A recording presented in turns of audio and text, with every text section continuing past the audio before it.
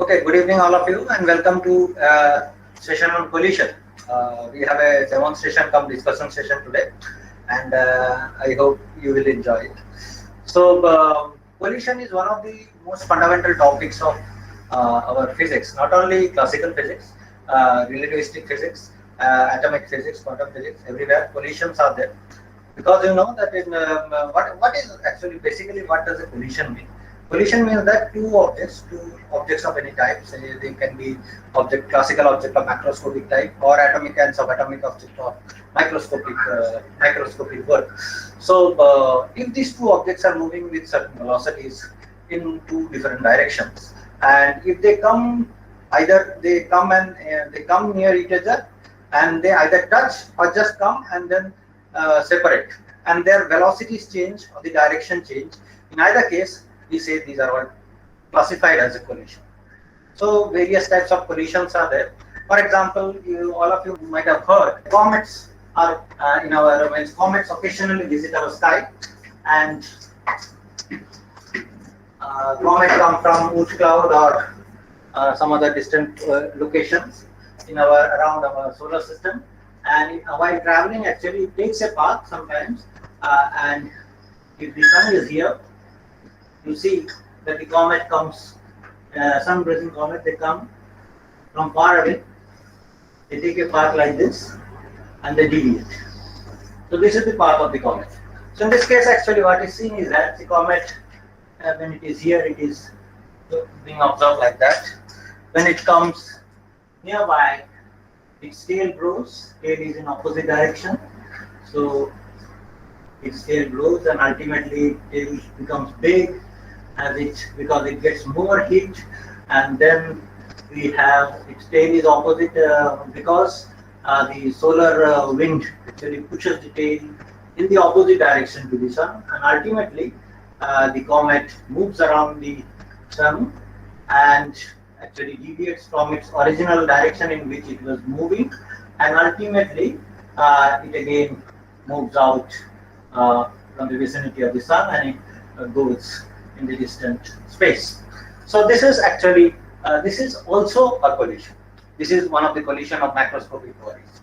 But when we speak about collisions in more concrete or day-to-day life, we speak about objects like say two objects, and let us say either one object is moving with a velocity say u1, we will be discussing all this. Another object either moves in some direction with a velocity u2, and they come near each other, and ultimately they can hit, or they separate from each other, or they can move together based on some circumstances that we will be discussing. So that is a macroscopic collision. But we have subatomic collisions also. For example, we have seen that Rutherford performed an experiment of taking a gold foil, and actually he bombarded the gold foil with alpha particles. What are alpha particles? Alpha particles are nothing but doubly charged helium nucleus. So they are doubly charged helium nucleus. They are positively charged. And what was the thesis there? The thesis is there to see what is the structure of the atom. How is actually the whether electrons are fully around in a uniform way, distributed around the in certain way or something. What is the structure? That's what he wanted to test. And what he found out is that most of the alpha particles actually went passed through the foil, and it could be detected on the other side if we put a detector. Some deviated. They have some of the particles which deviated from its path, and so deviations were there. And we had some other particles, some of the particles which went and which rebounced and came back. So rebouncing occurs in electrostatic force due to the Coulomb's law, which says that if Q1 is the charge of one object, Q2 is the charge of another object, and if they were separated by a distance r, so 1 by 4 pi epsilon 0, this is the electrostatic force between the two charged objects, and if they are separated, and epsilon being the permittivity of the medium, and if they are separated, then based on the charges and the distance, if they are like charges, if we have two like charges or two unlike charges, they will repel each other. like charges, and if they are unlike charges, they will attract. So this was what was there from the microscopic, and with this actually people have studied subatomic particles. They have studied the inside the atom, what is the neutron made of, quarks, and all. A lot of experiments are there, and in these types of study, where when we speak about macroscopic study, we use classical mechanics. Classical mechanics means we have, for example, velocities are added by normal law of vector addition and so on. But when we go to subparticles, we have to have relativistic and quantum mechanics. I mean, so we have to have the high speed particles. They are moving nearly the speed of the light. So we have to have relativistic effect. We have to have the quantum effects, and all those things have to be taken ultimately to get the thing what is observed. So macroscopic particles, for the macroscopic particles, actually for collisions, what is found out is that what we are trying to do is that we are trying to find out we can actually photograph. For example, I will be showing you today, say the rays of. Before I go to the demo, some theoretical little background is required, and we will be coming to theory because demonstration just for the sake of demonstration doesn't lead to a better understanding. Demonstration should be understood with proper logic and the laws at appropriate places, as this will make the demonstration fruitful. So before going to show you some demo, I think it will be better that we discuss certain theoretical concepts, and demo and theory will go hand in hand, and that's the way we will do it here. Say when we have a ball, say for example, there is a surface. There is a hard surface or surface of certain type, and we have a circular object, a ball falling down. So ball is falling down on the surface. Ball comes and hits the surface. So then, if you take a slow, fast frame photograph, you will see that the ball comes, and ultimately there is a deformation in the ball. So there is a deformation in the ball. Ball will become deformed ultimately, and then there will be some restoring force ultimately, which will make the ball back to its original shape. So these deformations and restorations occur, and so in the process actually there is a change not only in the kinematics, that is the energy due to its motion. That is not only change, but there is a change which occurs in the internal energy. The change occurs, but for macroscopic object, actually the change in internal energy is not much seen. In the same way, we require very high frame photographic techniques to get it. But in microscopic world, due to this internal change in internal energy, which can be observed as either a release of a photon, or the colliding particle radiates a certain forms a new particle by absorbing a certain particle, or sometimes what happens is that it becomes hotter. These are all due to change. So when we consider all these things, we consider all these changes into account, and we model the things. So in all this process, we will see how the collisions are classified, what are the laws, conservation laws which are applied in the collision, and how the kinetic aspect. The demonstration will mostly be based on the classical physics, that is the kinetic aspect of all these things which we will be studying. So before we move, the collision has been studied from long back. In fact, Newton first gave some empirical definitions of the collision, but it has moved today. Situations have moved much better, and we have much better measuring instruments, much better time measuring instruments, and we know the things much better compared to that. During the time of Newton, Isaac Newton, what he has done. So let us, instead of going on saying theoretical things, I will show you that when we speak about collision, there are two objects in classical. Now we will be mostly speaking about classical situations only. Classical in the sense macroscopic situations. So collisions are classified in two broad classes. So what are the broad classes?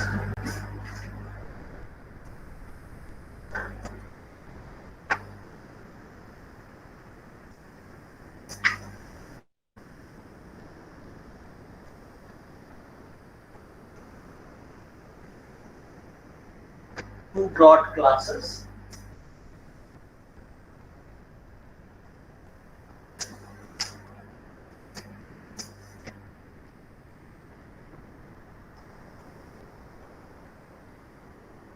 One is called elastic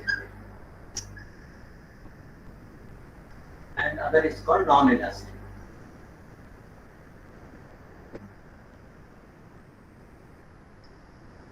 So collisions are either elastic collisions or non-elastic collisions. We will be speaking about this. And in elastic collisions, actually, there is no change in internal energy. Internal energy is not involved.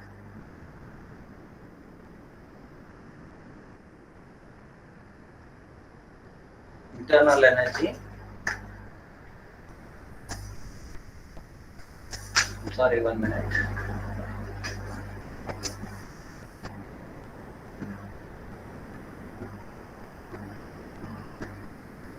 Actually, internal energy, change in internal energy. The change in internal energy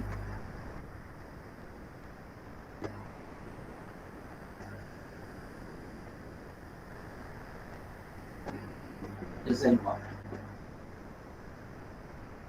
And all this has to do with actually whatever we will do, we require certain velocities.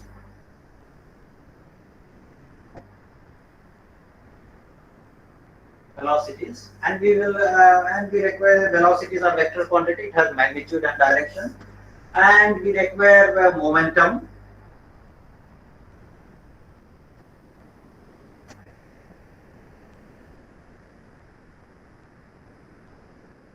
Which is designated as P, and it is a product of mass m into velocity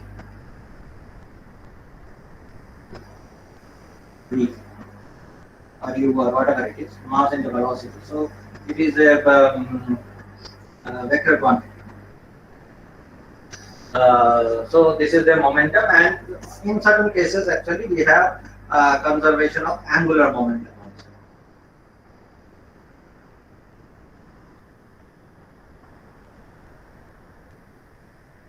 Is moment of momentum.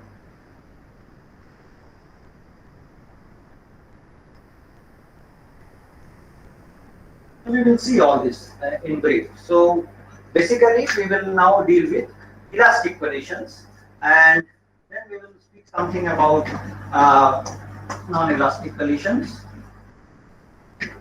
or inelastic collisions, and then we will discuss about the change in energy in certain classical cases. And that is what we will be going to discuss today in this brief demonstration.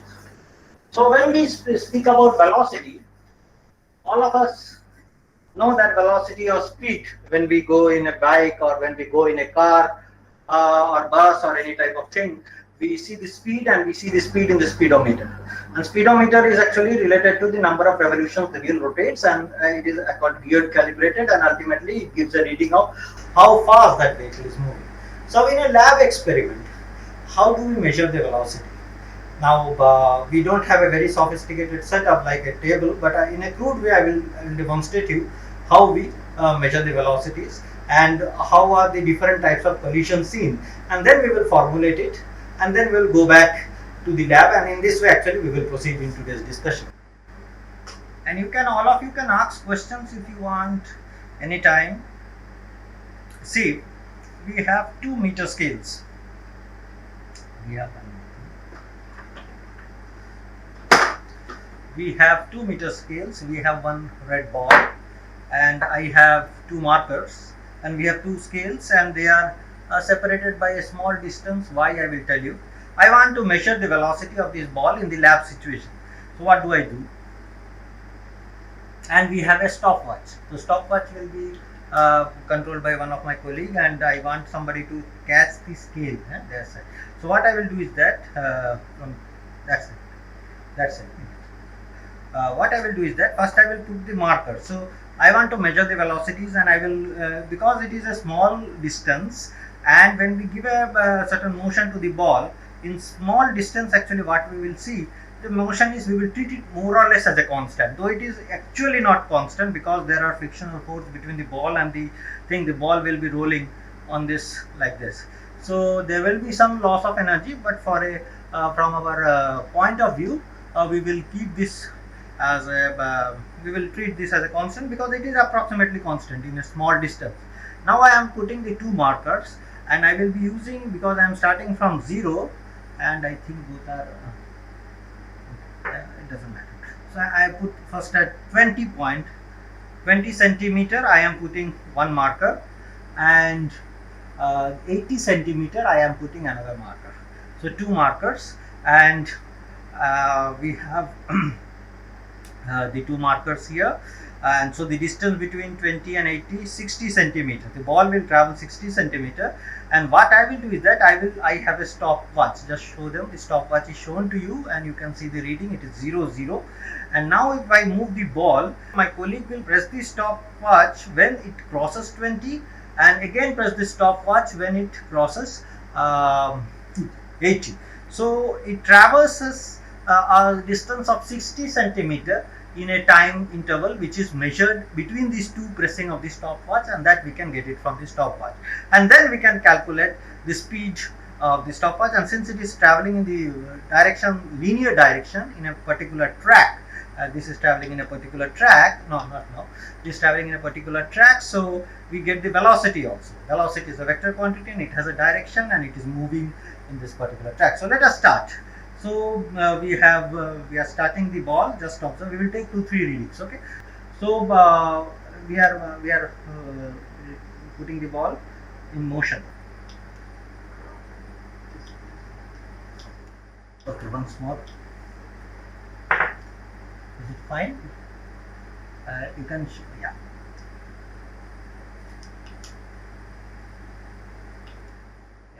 So first reading is velocity. Time interval. You said 60 centimeters the distance divided by how much? 2 seconds, 22 milliseconds. Let us take one more reading.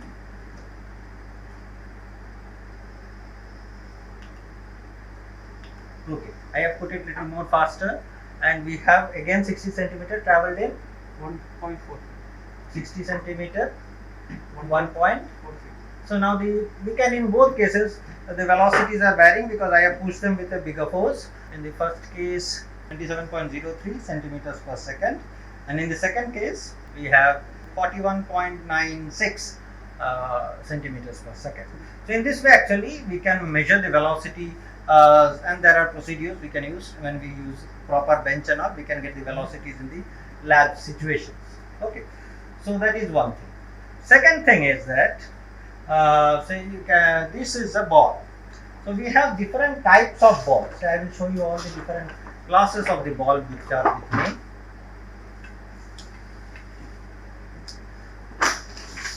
So we have these different classes, and I was using this type of ball. So I am throwing this ball on this. I think that is at an angle. So you are seeing that actually the ball is outside the dial, but actually the ball is touching the dial. It is in the same direction, straight. Okay, so I am leaving the ball and seeing that whether it comes, how does it behave. So I am leaving it straight. See, it has come just little.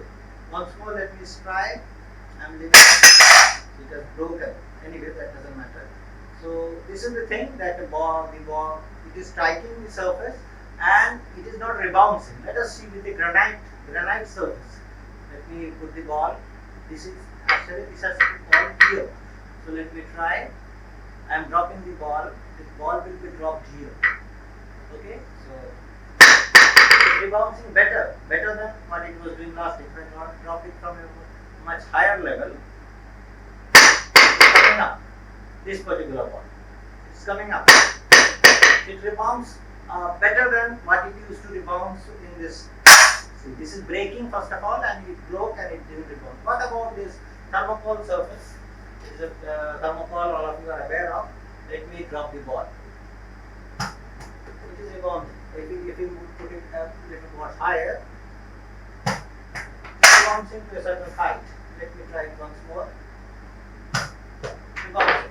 Let me take the wooden surface. So we have. Can we have the camera focused here? Yeah. Yeah. So this is the camera, and we have, see this, I am leaving this ball in the wooden surface. See, It is not rebouncing. It is just touching. It is losing all its energy. See, it is losing. It is losing. It is not rebouncing. Now let us take some other type of ball. Let us take, say, a corket ball which we use in cricket. So let me try the corket ball in different surface. I have all these different types of balls to show demo to you. So this is a corket ball. So let me start with, say, granite surface. So ball is seen. It is dropping to a certain way. See, it's dropping. It's going to a certain height. Dropping there. Now if I take the ball and drop it on the rebouncing with a very low height. If I do it in a thermocol surface, rebouncing to a certain height, but behaviorally it is different. If I bring this ball and on a wooden surface, it is not rebouncing at all. It is losing. It's losing its energy. Or it is, it doesn't rebounce. What about this one? If I take a plastic ball, it will bounce it. See, this same ball, if I same surface, this doesn't rebounce. This doesn't rebounce. It rebounds. What about this wooden ball? Doesn't rebounce. What about this plastic ball? It rebounces. What about this rubber ball? It rebounces. It rebounces. It rebounces. So from all this, what idea do we get? We get that the collision, the velocity with which it approaches a certain surface and velocity with which it rebounces, it is dependent on the material of the ball and on the surface on which actually it bounces. So that is very important characteristic of this collisions. Collision is, what is the definition of the collision? As collision is happening, or the impact or the collision, whatever. Impact is the event where actually this hits the surface, and collision is the event actually it hits and it changes its velocity. So the two objects are there. Either so this can be treated as a stationary object, and it rebounces with a certain thing. So you just see how the behavior differs. So I have a surface. So I am giving the ball velocity linear, and it strikes the wall. And let us see how it behaves. Let us send it. See, it comes. It comes back, but its rebound velocity is less, so it doesn't come back fully. It comes back straight. So if I put a scale so that it guides its motion once more, it comes back, but it doesn't come back appreciably. Let us take another ball, yellow one, and let us see how it appears. It also doesn't come back, because as we have seen that this type of ball responds differently. It sticks there, it sticks to that. And now let me take this rubber ball. So it comes. It strikes straight. So we will do one thing. Let me take a striker and strike it straight. Nearby, take it and strike it straight. So it comes back in the straight way. Then we have some powder. Powder is here. Let me smoothen the friction here. So it doesn't have much loss of energy due to friction. And now again I try it.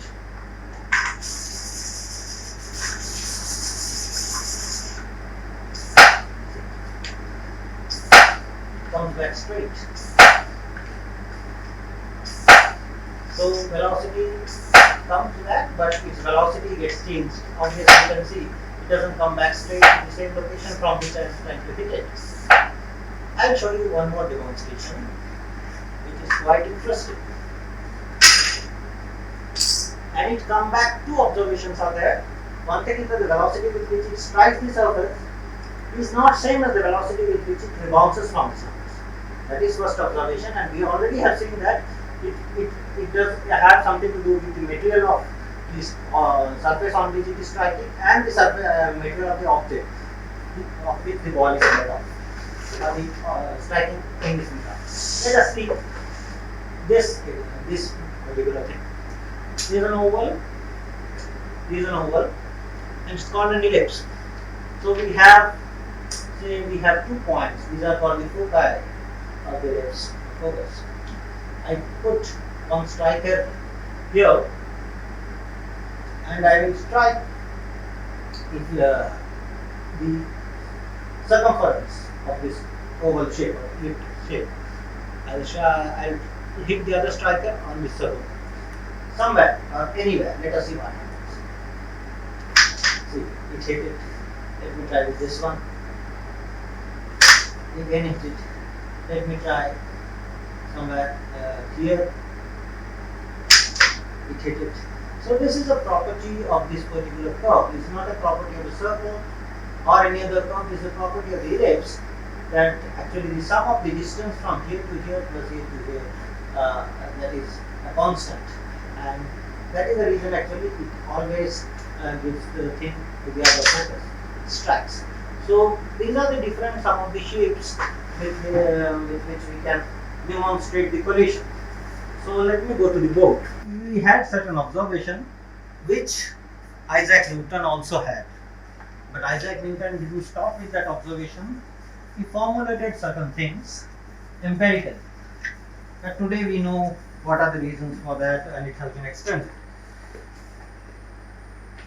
So what do we see? We saw if we have a surface, say a surface, and we have an object.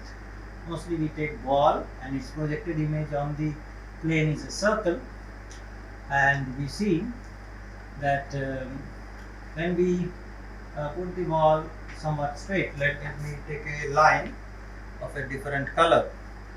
So let me take the color like this, blue color. This is the line in which actually the ball is moving. So ball goes and it strikes here, and it rebounces from the surface. It bounces from the surface.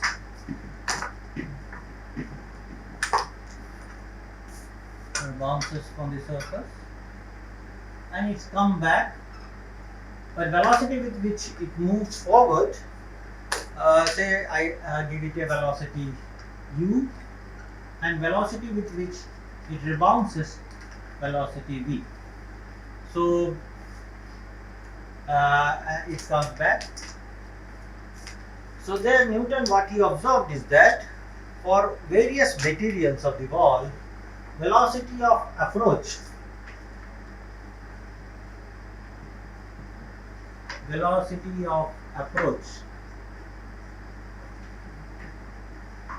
or actually we will see in certain cases where it is not a if this is considered as a second object. In this case it is a barrier, and so actually it is like a rebouncing surface.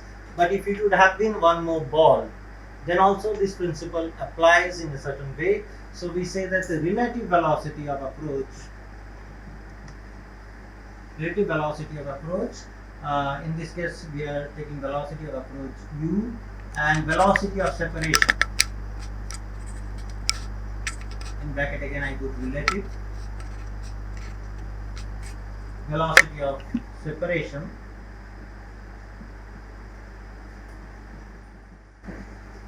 v, then the velocity of approach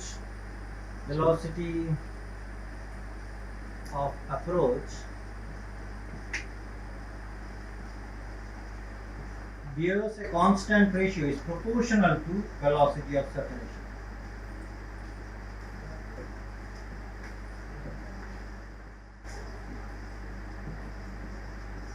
Okay, velocity of separation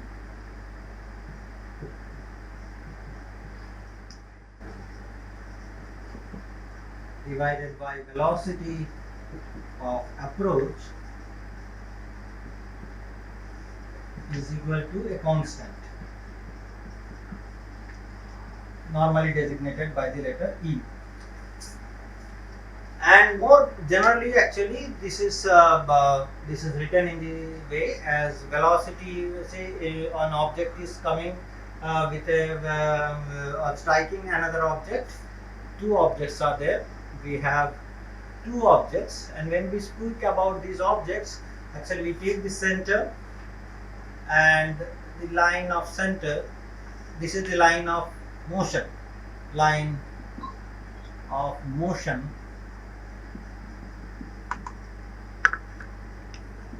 of the objects. See, initially they are moving with velocity. They are all moving in the same line, and we will be considering it in the same direction also. But it may appear negative. In that case, actually, we have to understand that the velocity is moving in the other direction. So, velocity of approach is say u1, and velocity of approach of the other object is v1, and then after the impact is formed, let the velocity it can happen anything, as I told you. Let the velocity be u2 and the velocity of other one is v2. So according to this formulation, what Newton saw is velocity of separation, that is v2 minus v1, relative velocity of separation, that is velocity, final velocity minus initial velocity, velocity of separation by velocity of approach is a constant, and this constant is called coefficient of restitution.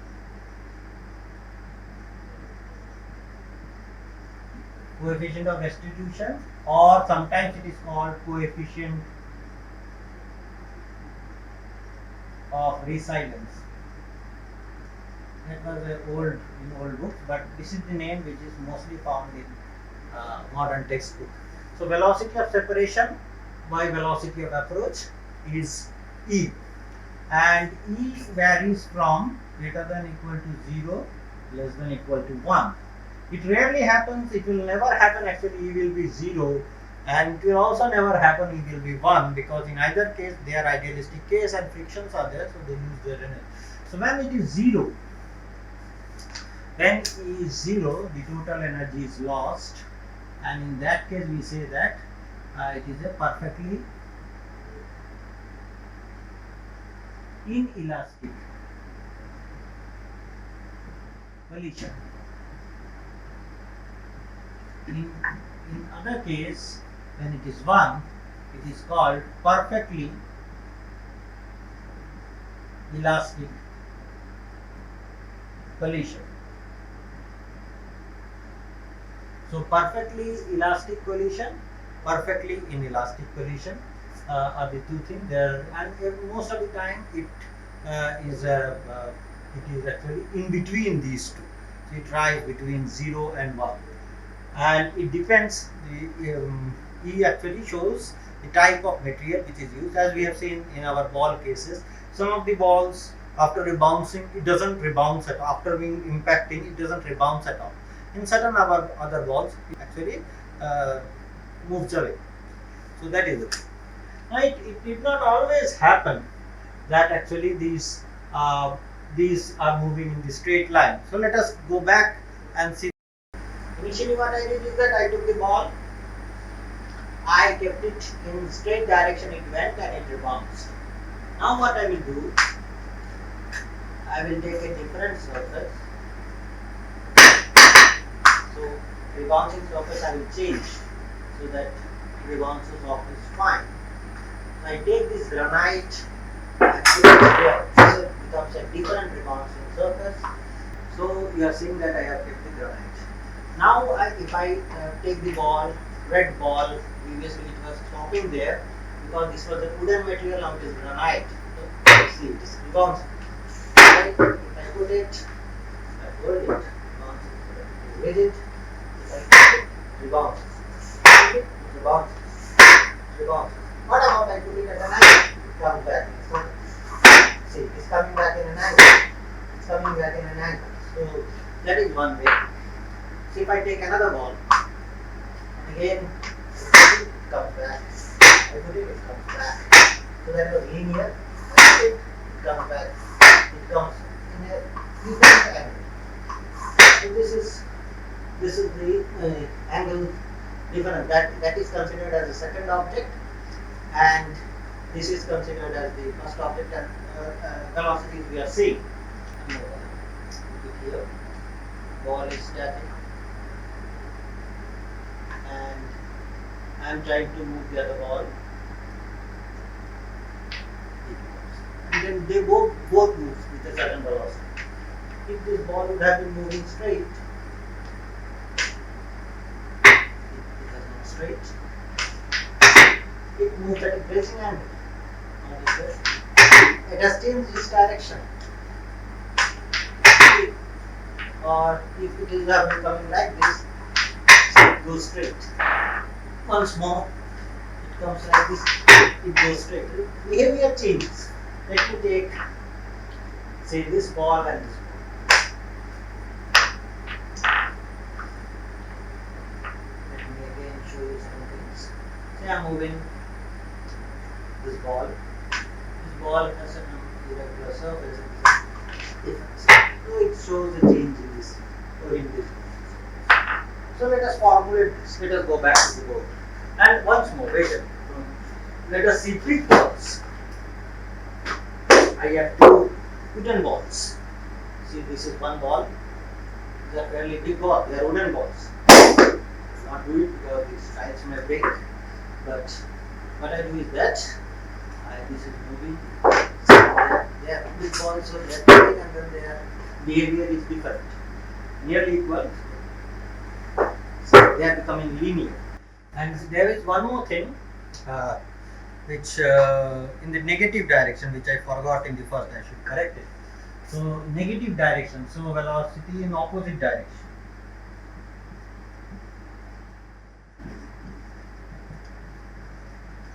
Opposite direction, because it rebounces, and therefore this will become u1 minus u2.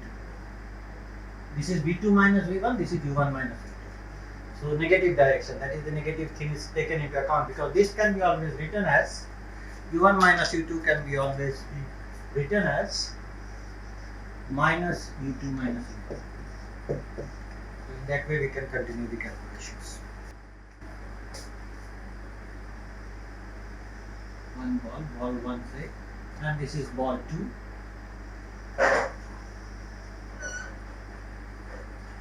So we have, let me join these two centers. These are called line of centers, or the line of normal also sometimes it is called. So I will join these two.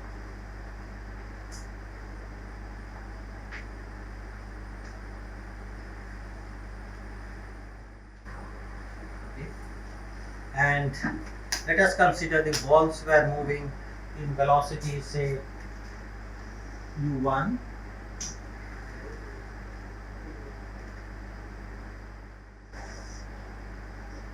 at an angle alpha, and say u2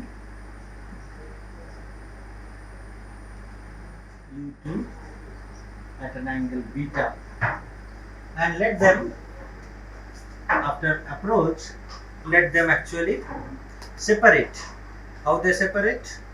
Let them separate with a velocity v1 at an angle, say, theta, and velocity v2 at an angle delta.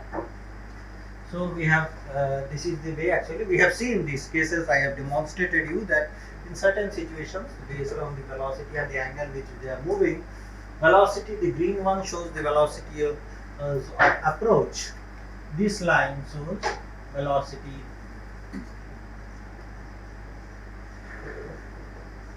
of approach,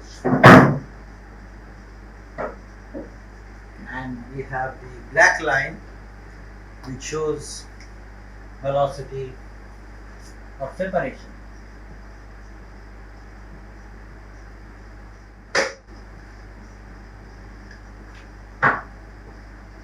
velocity of separation. Now if we do one thing, if we draw perpendicular line through this, let me draw it.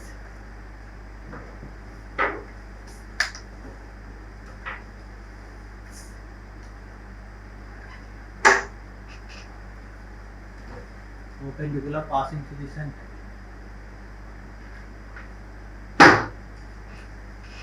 Similarly here also perpendicular passing through the center. So there are two components of the velocity which we will be writing. This is the component here. We can resolve one of the component here, and this is u1 sine alpha, and we can resolve the other component here. It is called u1 cos alpha. Similarly, we can resolve the other one. This is v1 cos theta, and vertically v1 sin theta. So that is one thing. And similarly here we have other one for this particular case, u2's case, we have u2 cos beta and u2 sin beta, and v2 cos delta, v2 sin delta. Since all the changes are occurring in the plane of motion, not in the perpendicular. It is not, when we are moving the balls in the plane, it doesn't move up, it doesn't have a response in the upward direction or in the perpendicular direction to the plane of the motion. So what is happening is that the velocities in the component in the perpendicular direction have no change. So we have first equation, u1 sin alpha is equal to v1 sin theta, and u2 sin beta is equal to v2 sin delta. So we have these two equations, and then what we have is that the component of means velocity of approach, velocity of relative velocity,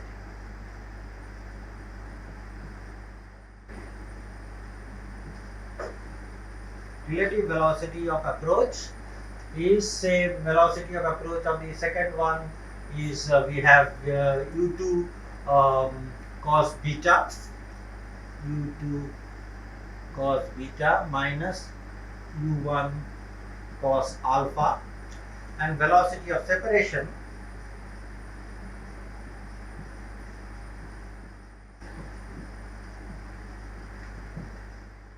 is v2 cos delta, velocity of separation in opposite, so negative, it will be v2 cos delta minus v1 cos theta. So we have negative velocity of separation, as we have said, or we can write this as v1 cos theta minus v2 cos delta. So what we have, velocity of separation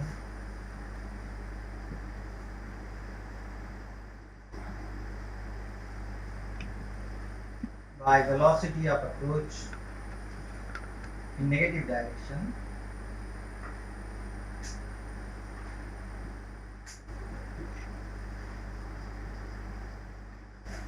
is equal to E, the coefficient of restitution. So velocity of separation is in negative direction, so we correct it and we write v1 cos theta minus v2 cos delta by u2 cos beta minus u1 cos alpha is equal to E. So this is the second or third equation, and we also have the momentum conservation in these laws, that is mass into velocity, initial mass into along the direction of the motion, the momentum is conserved. So mass, if this ball is of mass m1 and if this ball is of mass m2, what we have is that p2 plus p1 total initial momentum is going to P2 dash plus P1 dash. In both case actually, since it is conserved, in both cases both are equal and it gets to 0. So that becomes one equation. So what happens is that we have velocity momentum is that m1 into initial velocity in the direction is given here. Initial velocity, velocity of approach, velocity with which both are approaching. Initial velocity is m1 into u1 cos alpha plus m2 into u2 cos beta is equal to velocity in which it is separate m1 into u1 sin theta plus m2 into u2 sin delta in the same direction. So this is one more. So we have all these equations which can be solved ultimately to get the motion of the object when they are moving in the two different directions, say at different angles. So we can have the velocity in which is linear. If either of this theta or delta or whatever is 0, the motion changes accordingly. So that was an analysis. Now let us see certain interesting cases. Now I was speaking about the impacting and deformation of the body. So before I move on further away, we will see how actually impacting bodies differ. So what nature of the impact differ from body to body. I have taken 1 kilo maida and I put it in a tray and I have kept it somewhat in this way, so that if there is an impact I can observe it. So I take one of the balls and I try to drop it from a certain height. Let us see what type of things we get. Camera is fine. See, one thing is that the impact is occurring and there is a displacement. Since it is a plane and this is a sphere, the intersection is a circle and circle's area is bigger than the area of the ball. So let us do again with some other ball.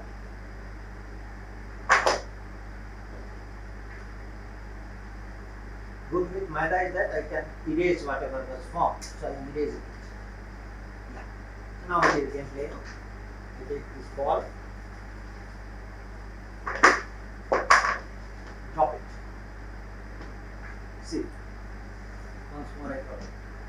See the impact, this impact, the area, the circle's circumference or the diameter is bigger than the ball's diameter. So there are deformations in the ball, and the ball deforms when it hits and ultimately restores its original figure.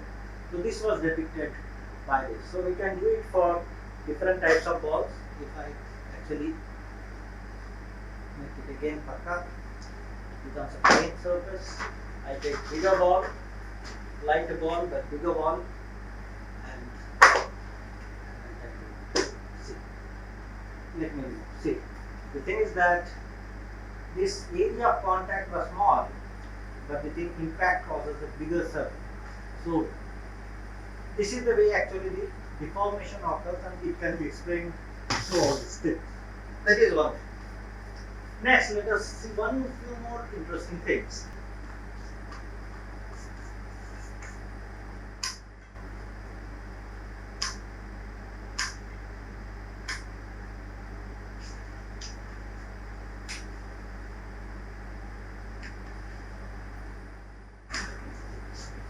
Now let me take 2. I'm hitting this way.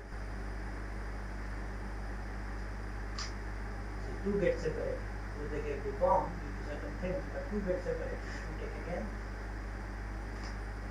2 get separated. Once more let me try.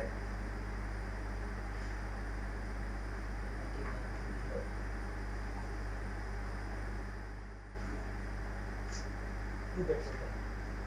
See, same situation occurs here. This is called Newton's gravity. And here we have kept the balls hung. You need not make like this also. You can take a small rod and put balls inside and do the same experiment. But we have done it in this way. All balls are hanging. All balls are nearly at the same level. And now we take one of the balls.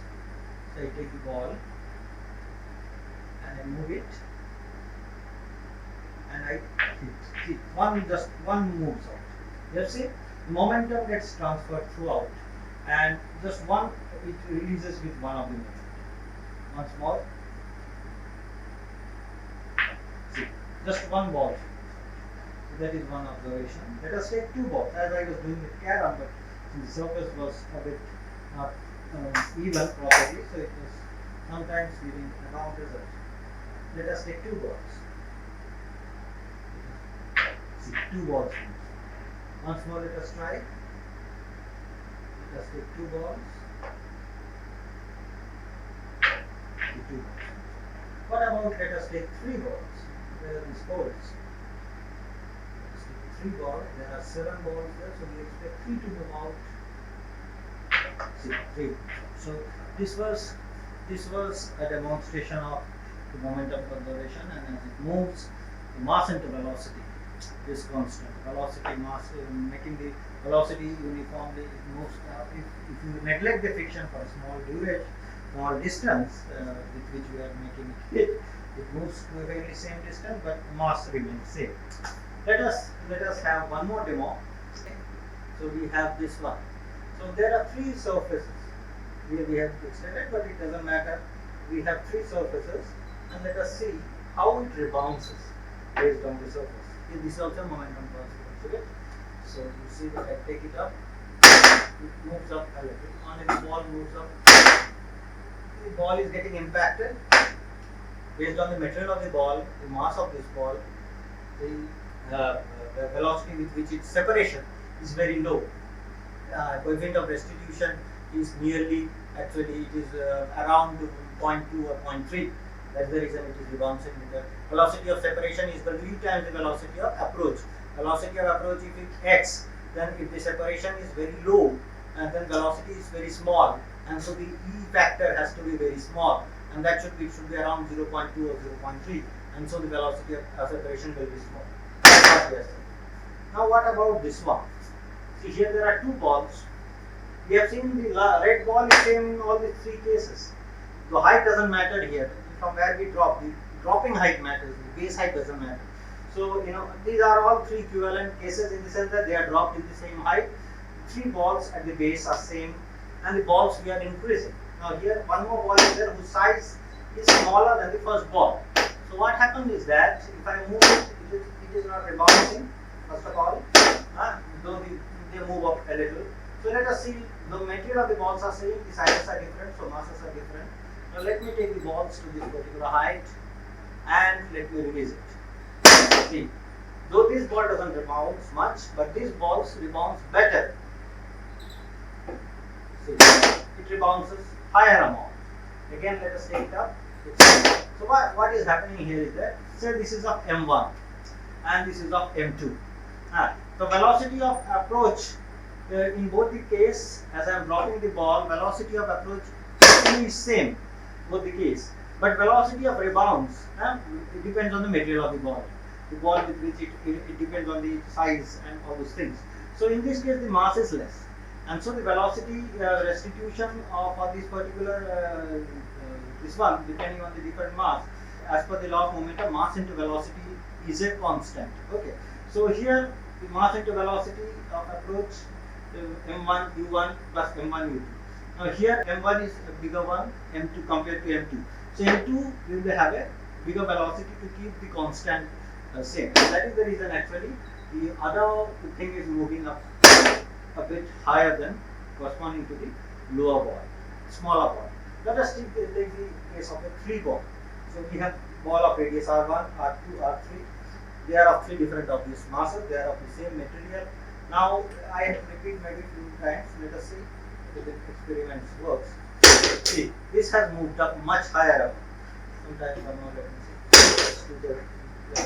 Sometimes it moves up. See, it has moved up top. Why this is happening? Again, the thing is that there are 3 different mass. Momentum is being transferred from the lower to the upper, and mass into velocity is constant. So if the mass is less, velocity is higher, and velocity is higher, it moves to a greater distance. So that was the conservation of momentum. Back to the board. So if we consider the normal case, this is the general case actually.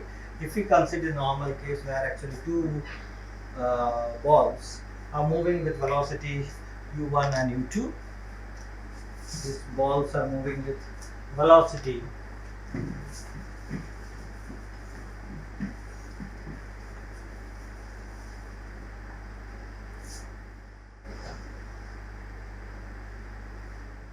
u1 and say u2. So we have seen that and this after impact, let us not take the general case. After impact, though the same rule applies to general case, because the vertical component doesn't have any variation and the horizontal component matters. So we can always reduce it to this particular case. Though in other case we can do it in a general way by taking the components. So we have velocity of velocity of approach is u1 and u2, and velocity of separations we can take in the horizontal direction itself as v1 and v2. Just a minute. Say v1 and v2. v1 and v2. Now we have seen that v2 minus v1 is equal to by u1 minus u2 is equal to E, that we have seen. And we have also seen m1 u1 plus m2 u2 is equal to m1 v1 plus m2 v2. This also is fine. Now elastic case, conservation laws hold, and in elastic case actually there is no loss of energy, but in elastic case there are loss of energy, and this energy either is rebound as a frictional energy, or actually it erases the internal energy of the object by raising its temperature. So all those things are there. What happens is that in elastic case we have the total energy conservation happening there. So half kinetic energy gets conserved, half m1 u1 square plus half m2 u2 square is equal to half m1 v1 square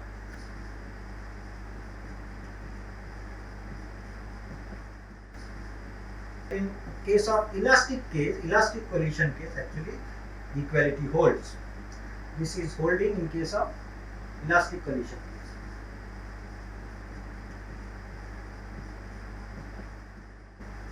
And loss occurs in the case of inelastic collision.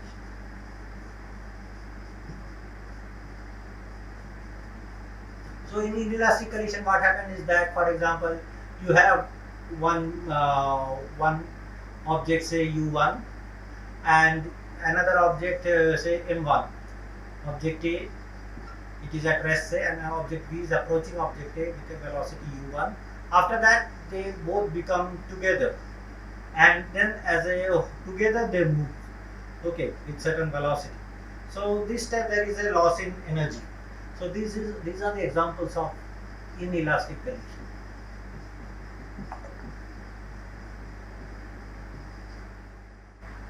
But in case of elastic collision, conservation of energy occurs, and you can use this equation, all the variables. There are actually if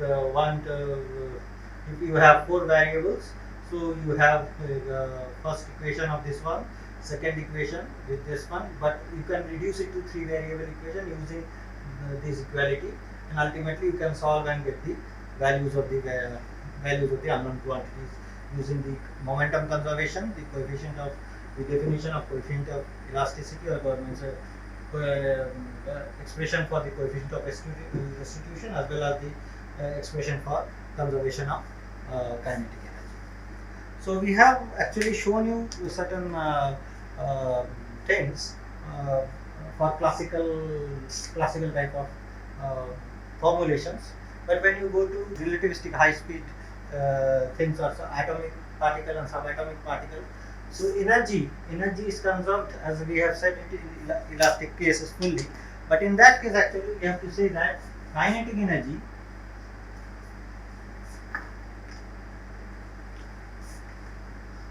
kinetic energy plus internal energy.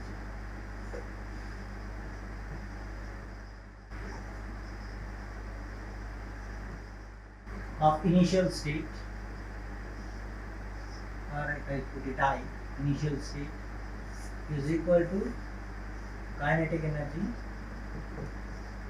of final state plus internal energy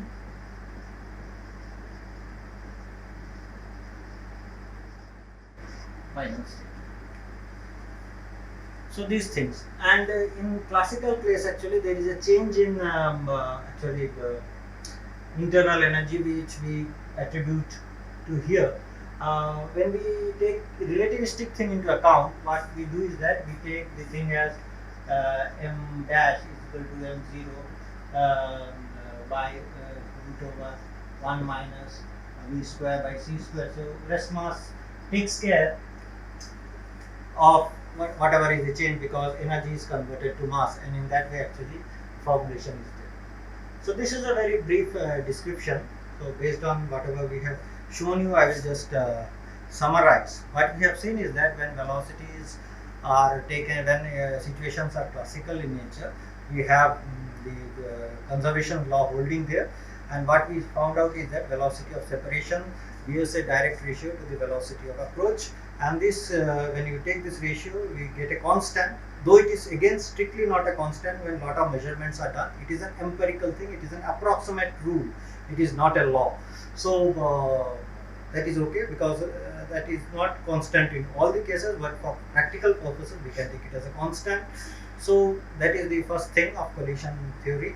And next is that the momentum get conserved. So mass into velocity in initial case balances mass into velocity in the final case. In elastic collisions, the energy gets conserved. The total kinetic energy in the initial state is equal to the total kinetic energy in the final state. In elastic collision, there is a loss in kinetic energy, and so there is a loss in kinetic energy which can be calculated, and the situations have already been discussed, and some of the demos are also being shown. So with this brief introduction, I conclude here. If you have any questions, you can ask. So if there is no questions, thanks for being a part of this program, and whenever we do certain programs of this type, today was the last day for this STEM program. We had for last 1 week around different programs each day, and I think many of you have participated in some of the programs or all the programs.